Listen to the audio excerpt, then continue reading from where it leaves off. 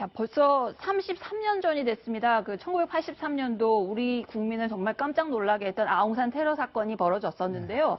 당시에 북한 테러범들을 잡았던 경찰관이 미얀마 현지 언론하고 그 공개 인터뷰를 했습니다. 그러면서 지금까지 밝혀지지 않았던 얘기를 털어놨는데 이유종 기자, 네. 당시에 미얀마 경찰이 수사에 나섰는데 테러범이 북한 사람들이다, 잡은 게 경찰관이 아니었다죠. 네. 결론적으로 말하면 시민들이 잡은 겁니다. 네. 예, 1983년 10월 9일에 아웅산 폭발 테러가 발생했는데 테러가 10월 9일에 발생하고 이 사람들이 도망쳤습니다. 테러범들이. 네. 근데 그 중에 2명을 붙잡았고 1명을 사살을 했는데 네. 그 붙잡은 2명 중 1명을 경찰이 우연찮게 잡은 것입니다. 네. 왜냐하면 이분이 이제 도망가고 있었는데 시민들이 몰려들었습니다. 행색도 이상하고 차림새도 이상하고 긴장된 모습을 보이고 있었거든요. 네. 그래서 이 사람한테 몰려가서 시민들이 다가가자 이분이 그 김진수라는 테러범이 그 폭탄을 터뜨립니다. 네. 자신도 다치고 일부분 다치고 시민들이 이제 폭탄이 터진 다음에 몰려들었겠죠. 네. 그런 다음에 잡았습니다. 그런 다음에 경찰에 넘겼는데 경찰은 그 당시에 이 사람이 누군지 몰랐습니다. 네. 그리고 데리고 가서 조사를 좀 해보니 이 사람이 바로 아웅산 테러범이었던 겁니다. 네.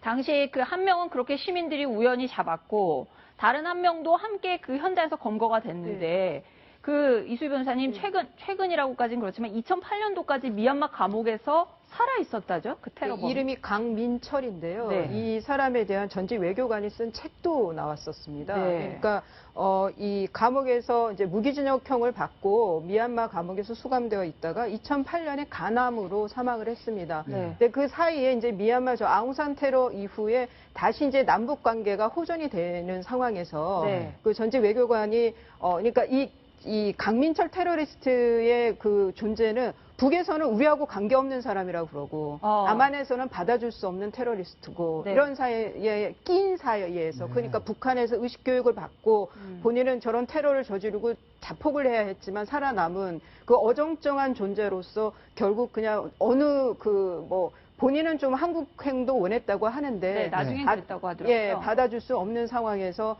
2008년에 이제 쓸쓸하게 미얀마에서 간암으로 사망을 했습니다. 네.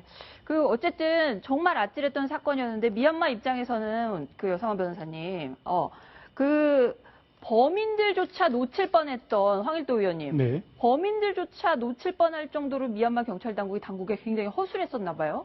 그러니까 당시에 미얀마가 받았을 당혹스러움이라는 것은 좀 상상하기가 어려운 수준일 겁니다. 네. 외국의 국빈을 초대를 해서 자국에 가장 존경받는 위인의 묘를 참배를 하고 있었는데 그렇죠. 테러가 발생을 했고 지금 범인들도 제대로 못 잡고 우왕좌왕 사전에 첩보도 못 잡았고. 그렇습니다. 네. 그렇기 때문에 미얀마는 이후에 그 북한과의 국교를 단절을 하고 매우 그 공격적으로 이 대응 조치들을 취해나가긴 했는데요. 네. 그럼에도 불구하고 특히 반테러 혹은 테러를 막는 부분에 있어서는 실패했다는 점이 아주 명확했기 때문에 미얀마라는 나라의 국격에는 상당한 타격을 입힌 것이 사실입니다. 네.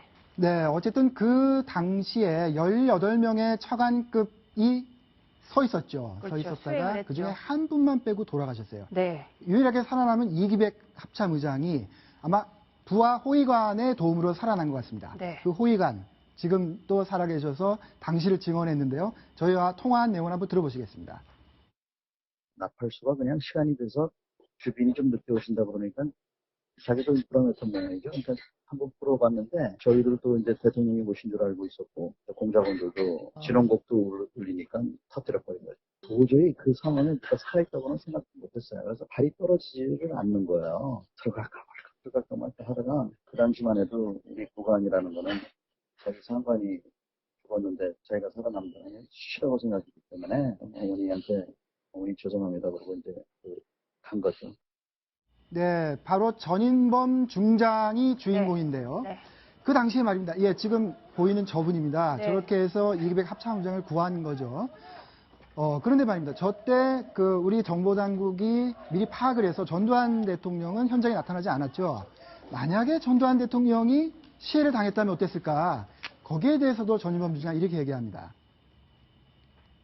굉장한 혼란이 왔을 거고 그 혼란을 틈타서 한 사람들은 제2의 어떤 후속 조치 계획이 있었겠죠. 그 후속 조치 계획에 따라서 지금 우리의 현 모습이 어떻게 됐을지는 아무도 모르죠, 사실은. 여상원 변호사님, 네. 저 당시 생생하게 기억나시죠? 예, 저 군 복무 중이었습니다. 아, 그렇군요. 예. 만약에 저때 못할 정말 대통령이 시해됐다면 그 뒤에 역사가 어떻게 됐을까요? 아유, 뭐 상당히 그냥 북한과의 그때 군사 독재 정권 시절이고 대통령에 대한 어떤 그게 절대적인 시대 아닙니까? 네. 엄청난 타격이 있었을 것이고 사실 저때 있죠. 전두환 대통령 시절에 우리 그러면은 정치적으로는 암흑기였지만 경제는 아주 좋았을 때였습니다. 네. 그때 좋았던 이유가 그 서석준 씨라고 부총리였고요. 김재익이라고 경제수석이었죠. 네. 이 서석준 씨는 제 고향이 성주인데 성주가 난 천재라고 그랬고요. 아, 네. 김재익 씨는 뭐라고 그랬냐면 전두환 대통령이 나는 대통령이지만 경제는 경제 대통령이라고 임자가 대통령이 네. 할 정도로 그 두 분이 그러니까 전두환 대통령이 당대 잘했다는 최고의 거는 엘리트들이었죠. 자기 경제 모른다고 생각하고 아예 간섭 안 하고 이게 경제를 잘하는 분에 맡겨가지고 경제가 엄청나게 좋았었거든요. 네. 그래 이 두 분이 돌아가시면서 한국 경제도 네. 상당히 타격이 있지 않았나 그런 생각이 듭니다. 그랬겠죠. 예. 어쨌든 이번에 정년 퇴직을 하셨다 그래요. 그렇게 이기백 합참의장을 잘 구해내고 이번에 40년간 군생활을 마치고 정년 퇴직을 하는데 번역을 주한미군 앞두고 사령관까지 와서 축하를 했다 그러죠. 네, 그렇습니다. 지금 나가고 있는 장면이 28일 날 있었던 전인범 육군 중장의 전역식 장면인데요. 제가 오늘 직접 통화를 했는데 어쨌든 앞으로 한 몇 시간 정도 후면 정말 전역을 한다 그러면서 당시 감회에 대해서 회고를 하는 모습이셨습니다. 후배들한테 엄청난 존경을 받으셨기 때문에 전역식이 저렇게 인산인해를 이뤘던 것 같고요.